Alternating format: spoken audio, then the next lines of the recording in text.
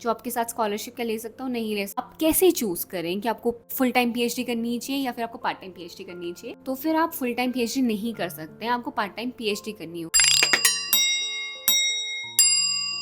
Hello everyone, welcome back to my channel and in today's video we'll learn about the difference between part-time PhD and a full-time PhD. So मेरे बहुत सारे subscribers जानना चाहते थे कि अगर वो जैसे आगे जाके PhD करना चाहते हैं सो दोनों में से कौन सी करें, पार्ट टाइम करें, फुल टाइम करें। अगर आप पार्ट टाइम करते हैं तो क्या क्या अपॉर्चुनिटीज़ होंगी, कैसे कैसे आपकी पढ़ाई होगी। अगर आप फुल टाइम करते हैं तो कैसे कैसे चीज़ें होंगी and opportunities and everything.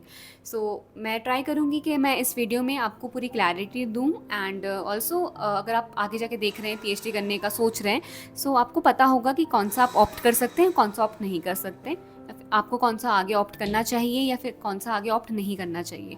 So I really hope that this video will be helpful to you. So let's start today's video.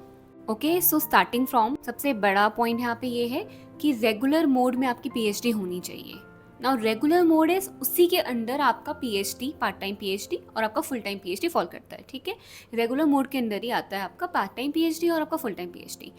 अब दूसरा मोड होता है डिस्टेंस मोड, जो कि एक्चुअली UGC परमिट नहीं करता है। ठीक है, सो अगर कहीं भी लिखा हो कि आपकी PhD लाइक आप कहीं पे अप्लाई कर रहे हैं, वहाँ पे लिखा होगा कि आपकी PhD रेगुलर मोड में होनी चाहिए। सो रेगुलर मोड का मतलब ही ये है कि फुल टाइम होगी या तो या पार्ट टाइम होगी। क्लियर? सो यहाँ पे कहीं पे आप अगर डिस्टेंस मोड पढ़ रहे हैं, ठीक है, तो वो अलग चीज़ है, वो एक्चुअली आपको सजेस्ट नहीं करना होता है, एक्चुअली अलाउड भी नहीं है आई गेस UGC के गाइडलाइंस के अकॉर्डिंग। सो डिस्टेंस मोड नहीं अलाउड होगा। अगर कहीं पे रेगुलर मोड लिखा है उसके अंडर आपकी पार्ट टाइम आएगी और आपकी फुल टाइम आएगी। ठीक है, सो ये एक एक्चुअली मिसकंसेप्शन है कि लोग रेगुलर मोड जब पढ़ते हैं तो कई बार ना उसको फुल टाइम PhD से एसोसिएट करते हैं, बट ऐसा नहीं है। रेगुलर मोड के अंदर ही आपका सारा पार्ट टाइम और आपका फुल टाइम आता है। Clear? Okay, so starting from कि फुल टाइम और पार्ट टाइम में क्या क्या चीज़ें होती हैं। सो अगर हम पहले देखें एम्प्लॉयमेंट की बात, तो जो फुल टाइम वाला एक कैंडिडेट है, ठीक है, उसको जस्ट लाइक अ स्टूडेंट एक यूनिवर्सिटी में जाना है। ठीक है, उनकी वीक में 5 दिन जैसे क्लासेस होती हैं वैसी क्लासेस होंगी। आप हर चीज़ सीखेंगे, ठीक है, और हर एक चीज़ करेंगे, क्लासेस जाएंगे, गाइड होगा, सब बताएगा, और आप फुल टाइम केवल रिसर्च को और PhD को आप वहाँ पे टाइम दे रहे हैं। ठीक है, second is part time. Now part time में क्या होता है, पार्ट टाइम में आप अगर कोई ऐसे इंसान है जो जॉब कर रहे हैं, ठीक है, आप जॉब करने के बाद आप चाह रहे हैं कि अब आपको PhD भी करनी है फॉर सम रीज़न। किसी को अपने नाम का डॉक्टर लगवाना होता है या फिर किसी को actually side by side they know कि इनको प्रमोशन के लिए आगे जाके PhD की ज़रूरत पड़ेगी, तो वो लोग PhD करने का डिसाइड करते हैं। क्लियर? तो आप इनमें से कोई भी हो सकते हैं। तो अगर कोई आप ऐसे इंसान हैं जिसको मतलब जॉब भी करनी है, ठीक है, बट आपको PhD भी करनी है, तो आप कौन सी PhD करेंगे? आप पार्ट टाइम PhD करेंगे। आई होप हमें क्लैरिटी आ गई होगी कि फुल टाइम PhD वो करते हैं जिनको प्रॉपर लाइक वो यूनिवर्सिटी जाते हैं एंड 5 दिन बैठते हैं और रिसर्च पे काम करते हैं। Okay, things like that. Okay, so वो एक हो गया आपका फुल टाइम वाला इंसान। अब पार्ट टाइम वाला क्या होता है? पार्ट टाइम वाला आपका जॉब कर रहा होता है, ठीक है, वो जॉब कर रही होंगी, उसके बाद फिर वो साइड बाय साइड PhD भी कर रही होती है। तो अगर आप कोई ऐसे इंसान है जो ऐसी PhD करना चाहते हैं कि आप साइड बाय साइड जॉब भी कर सकें, तो फिर आप फुल टाइम PhD नहीं कर सकते हैं, आपको पार्ट टाइम PhD करनी होगी। तो अगर आप जॉब करना चाहते हैं और साथ में PhD करना चाहते हैं तो आपको करनी है पार्ट टाइम PhD। बट अगर आपको फुल टाइम केवल सिर्फ PhD को देना है, ठीक है, तो आपकी वो PhD होगी फुल टाइम, उसमें आप जॉब नहीं कर सकते। सेकेंड इज बच्चों को बहुत ज़्यादा डाउट होता है कि स्कॉलरशिप, मतलब मेरा अगर GRF हो रखा है तो क्या मुझे स्कॉलरशिप मिलेगी अगर मैं जॉब पे हूँ? ठीक है, तो स्कॉलरशिप नहीं मिलती है, पहली सुन लो। अगर आप किसी भी जॉब में हैं, ठीक है, और आप अगर आपका GRF हो गया, कोई भी स्कॉलरशिप है, वो केवल तभी अवेल होती है अगर आप फुल टाइम PhD कर रहे हैं या फिर फुल टाइम उस चीज़ पे डिवोट कर रहे हैं। सो अगर आप कोई ऐसे कैंडिडेट हैं जो पार्ट टाइम PhD में है या फिर अगर आप साथ में साइड बाय साइड कोई जॉब कर रहे हैं और आपका GRF क्लियर हो गया, तो इधर you have to leave that job, ठीक है, और फिर अगर आपको जॉब के साथ कंटिन्यू करना है तो आप अपनी जो GRF है, जो स्कॉलरशिप है, ठीक है, उसको अवेल नहीं कर पाएंगे, वो आपको पैसा नहीं मिलेगा। तो ये एक चीज़ क्लियर कर लेना, क्योंकि बहुत सारे बच्चे यही सोचते हैं कि मतलब सबसे ज़्यादा क्वेश्चन यही था एक्चुअली कि अगर मैं जॉब के साथ स्कॉलरशिप क्या ले सकता हूँ, नहीं ले सकते हो। ये चीज़ क्लियर रखना कि जॉब के साथ आपको वहाँ पे स्कॉलरशिप नहीं मिलेगी, तो ये आप क्लियर रखें। अगर आपको स्कॉलरशिप चाहिए, ठीक है, जो कि अभी 37 है, सो अगर आपको वो स्कॉलरशिप चाहिए तो आपको रेगुलर मोड पे फुल टाइम PhD करनी होगी। ठीक है, अगर आप पार्ट टाइम PhD कर रहे हैं और साथ में कोई जॉब कर रहे हैं, आपको स्कॉलरशिप नहीं मिलने वाली है। तो स्कॉलरशिप का एक ही डिफरेंस है। आई होप आपको क्लियर हो गया होगा। और नेक्स्ट अगर मैं बात करूँ कि क्लासेस कैसे कैसे होती हैं, सो फुल टाइम में is like just like regular हम लोग जैसे भी आप देखते होंगे स्टूडेंट्स आते हैं कॉलेज, ठीक है, बैठते हैं वहाँ पे, आपके मतलब गाइड होंगे, चीज़ें होंगी, आपको मतलब फुल टाइम आप बस केवल PhD पे दे रहे हैं और कुछ नहीं कर रहे हैं। पढ़ेंगे, खुद से पढ़ेंगे, चाहे फिर कोई और पढ़ाएगा, वैसे ही होता है जैसे कॉलेज में एक बच्चा जाता है यूजी का या पीजी का, ठीक है। पार्ट टाइम में ऑन दी अदर हैंड आपकी क्लासेस क्योंकि रेगुलर नहीं लग सकती, क्योंकि आप किसी जॉब पे हैं या फिर आप कुछ और कर रहे हैं साइड बाय साइड, राइट। तो आपकी क्लासेस अगर कुछ होना होगा, लाइक मैंने देखा हर यूनिवर्सिटी में वेरी करता है कि ये क्लासेस नहीं होती है, बस आपको गाइड से बात करनी होती है, गाइड आपको बता देता है कि ये सब चीज़ें करो, ऐसे अपडेट करो। अदरवाइज वीकेंड्स में या इवनिंग्स में मैंने देखा है कहीं कहीं पे ऐसे ऐसे चीज़ें होती हैं। ऑफ वर्किंग आवर्स में बेसिकली काम होता है ताकि आप पे ऐसा बर्डन ना पड़े, क्योंकि आप यूजुअली जॉब पे ही होते हैं या फिर कुछ और कर रहे होते हैं, तो वो सब चीज़ें वीकेंड्स में होंगी, अब जब इंसान एक्चुअली फ्री होता है। क्लियर। तो पार्ट टाइम में आपके पास ऐसे रेगुलर क्लासेस नहीं लगने वाली, आपको अपने गाइड के टच में रहना हो, आपको उनसे बात करनी पड़ेगी एंड उनसे अपडेट लेना पड़ेगा, या अब मैं कैसे करूँ क्या करूँ, ऐसे करके चीज़ें होंगी। और अगर आप फुल टाइम में हैं तो आप फिर प्रॉपर क्लासेस जाके और ये सब चीज़ें कर सकते हैं, ठीक है। आप फुल टाइम अपना पीएचडी को डिवोट कर सकते हैं।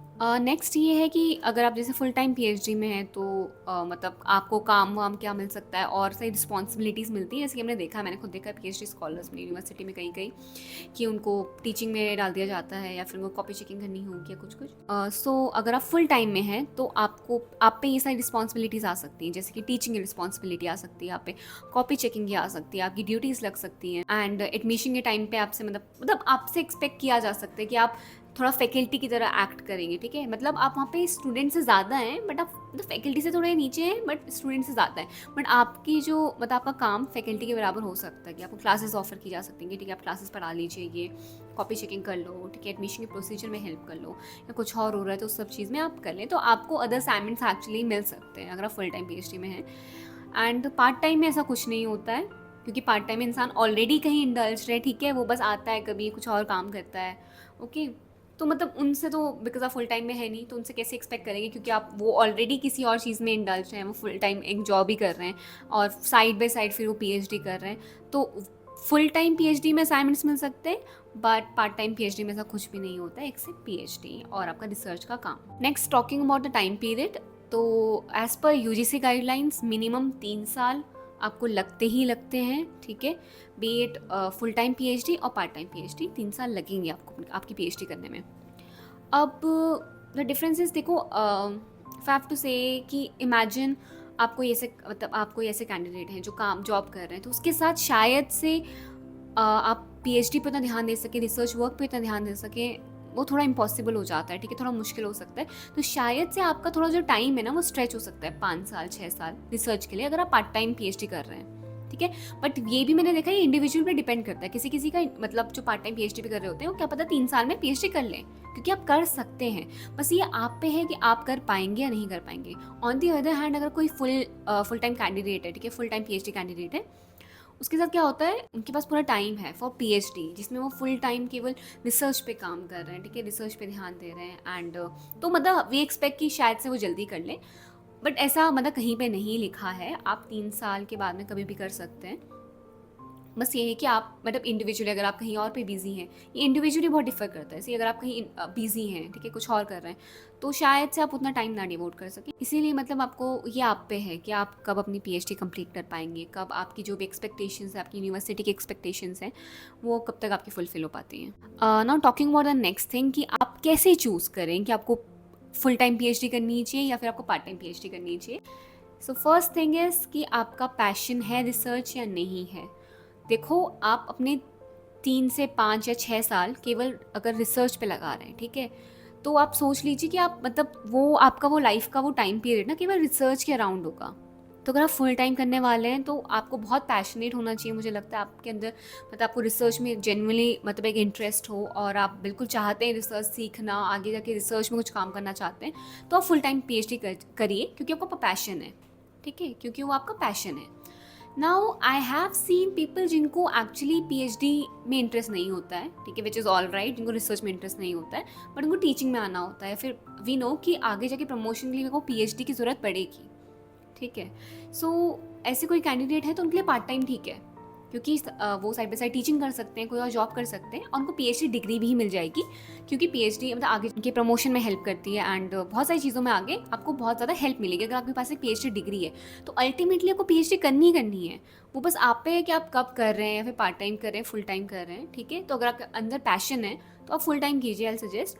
ऑल्सो अगर आपको बस चाहिए कि हाँ मतलब ठीक है मैं साइड बाय साइड थोड़ा बहुत सीखती रहूँगी और मैं टीचिंग भी करना चाहती हूँ और चीज़ें भी करना चाहती हूँ, जॉब भी करना चाहती हूँ, तो आप पार्ट टाइम ऑप्ट कर सकते हैं, दोनों इक्विवेलेंट ही हैं। Next is the financial situation.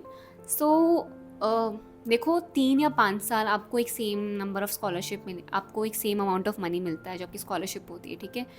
सो आपको बस मतलब ये you have to be ready कि आपको इतना पैसा मिलने वाला है, वो भी अगर आपका JRF क्वालिफाई है तो। लेट मी क्लियर दिस, ठीक है। JRF के बाद आपको 37 मिलता है, अदरवाइज अमाउंट 8 to 18,000 इतना ही फ्लक्चुएट होता है। सो 37,000 तब मिलेगा जब आपका JRF है। तो अगर 3 से 5 साल आप if you are ready in that amount और आप उसमें काम चला सकते हैं तो आप फुल टाइम कीजिए।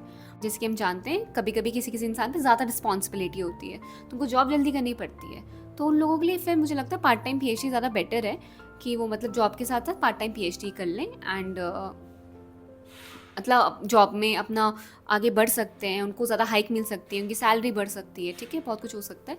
तो उन लोगों को मुझे लगता है पार्ट टाइम PhD कर लेनी चाहिए, फुल टाइम उनको करनी चाहिए क्योंकि स्कॉलरशिप सही मिल रही है and they are happy with that amount और उनके पास पीछे बैक से भी थोड़ा मतलब फाइनेंशियल सपोर्ट है, तो फुल टाइम PhD उनके लिए अच्छी है। अगर हम फाइनेंशियल सिचुएशन के अकॉर्डिंग देखें तो फिर मुझे लगता है कि आपको ये चीज़ कंसिडर करनी चाहिए कि आप कितना एक्सटेंड तक चीज़ें मतलब स्ट्रेच कर सकते हैं या फिर आपके लिए इतना अमाउंट इनफ है या नहीं है।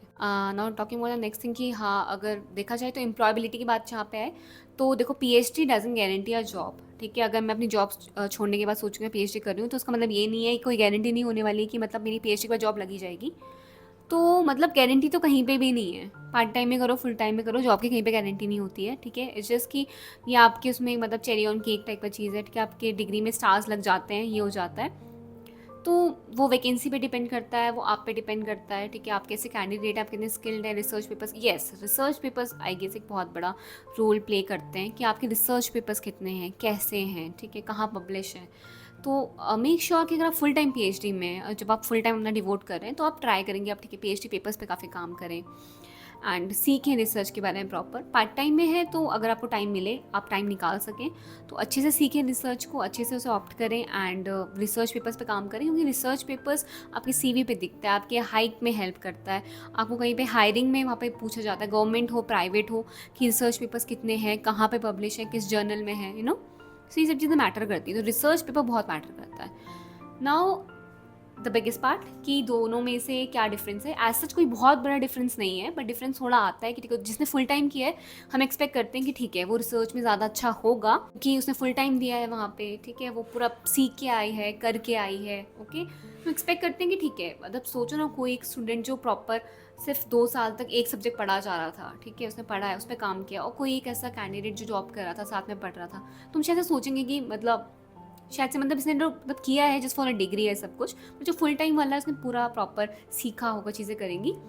ऐसा ज़रूरी नहीं होता है, बट मुझे लगता है कि we as human beings we expect this. Full time PhD वालों का मतलब ये है कि येस उनको उस चीज़, उनको थोड़ा सा एज मिलता है फुल टाइम PhD वालों को कि ठीक है, मतलब फुल टाइम अगर रिसर्च में है। ऑल्सो रिसर्च अगर हमें फुल टाइम PhD करिए तो आप रिसर्च अपॉर्चुनिटीज़ बहुत सारी जगह आती हैं जहाँ पे आप रिसर्च में आपको जॉब मिल सकती है। बहुत सारी मतलब गवर्नमेंट की वैसी चीज़ें आती हैं जहाँ पे गवर्नमेंट रिसर्च वर्क निकालती है, आपको इस चीज़ पे रिसर्च करनी होती है, कुछ करना होता है, तो वहाँ पे फुल टाइम PhD वालों के लिए बहुत सारी अपॉर्चुनिटीज़ हैं। और चीज़ मैंने देखी, आप देख सकते हैं कभी कभी कहीं किसी किसी गवर्नमेंट यूनिवर्सिटीज़ में, ठीक है, जो PhD कैंडिडेट वो एक्सपेक्ट करते हैं वो फुल टाइम PhD वाले होते हैं। उन्होंने वहाँ पे स्पेशली मेंशन किया होता है कि PhD candidates will full time PhD degree.